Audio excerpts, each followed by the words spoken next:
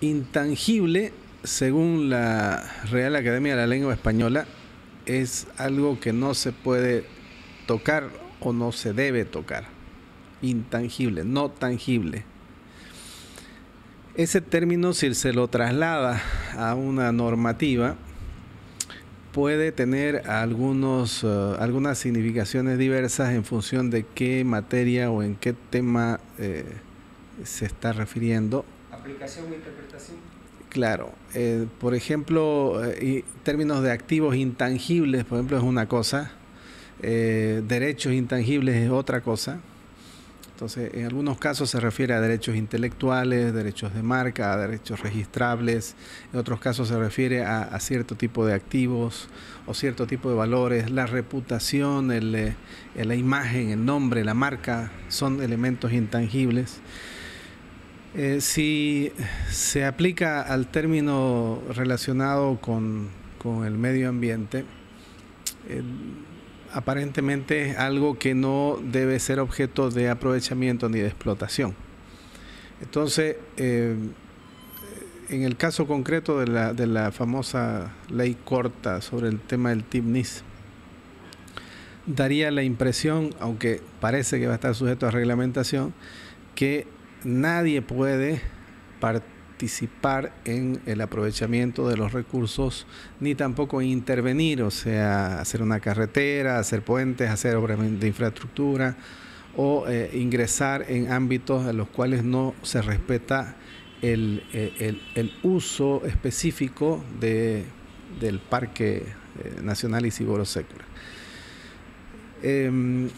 Usualmente la norma, la ley debería ser muy clara, debería darle la posibilidad para que toda persona pueda entenderla claramente para que la pueda cumplir a su vez. En ese sentido, el término de intangibilidad pudiera llegar a generar algún espacio de dudas o de una terminología un poco ambigua. Y aunque muchas veces todo lo dejan a la reglamentación no es más que un proceso de individualización de la norma de menor jerarquía. Si hubiera alguna intención o posibilidad de disminución de los derechos de los indígenas, en este caso, no habría por efecto ni de ley ni de reglamentación, porque lo que prevalece es la Constitución, y la Constitución claramente determina cuáles son los derechos de todos los individuos, y particularmente hay un capítulo especial sobre los derechos de los indígenas y de las naciones originario campesinas, ¿no? Entonces, en este caso, reitero, el término puede dar lugar a diversa interpretación, pero no puede dar lugar a una disminución de los derechos que están consagrados en la Constitución y en los tratados internacionales, particularmente relacionados con aquellos indígenas que son los originarios del área del Parque Isigoro-Sécura.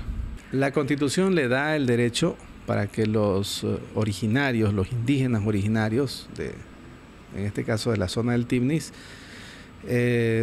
puedan aprovechar racionalmente los recursos naturales. Ellos tienen privilegio, tienen prelación sobre cualquier otro para poder aprovechar.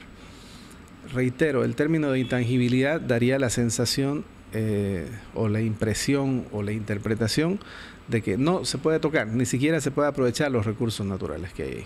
Nada, madera, nada. Pero obviamente si hay alguna colisión de la ley o del reglamento con la Constitución o los tratados internacionales, prevalece la Constitución. La Constitución le dice que sí, señor, sí es posible que puedan aprovechar los recursos naturales los indígenas originarios del lugar. O sea, me da la sensación, pero eso habría que preguntárselo a ellos, ¿no? Que el concepto de intangibilidad para ellos es que nadie toque, nadie intervenga, nadie participe, a no ser ellos mismos en función del ejercicio de sus derechos que están constitucionalmente establecidos o internacionalmente aprobados en tratados y convenios internacionales, de manera tal que se protege y se precautele efectivamente y con toda la fuerza de ley ese territorio.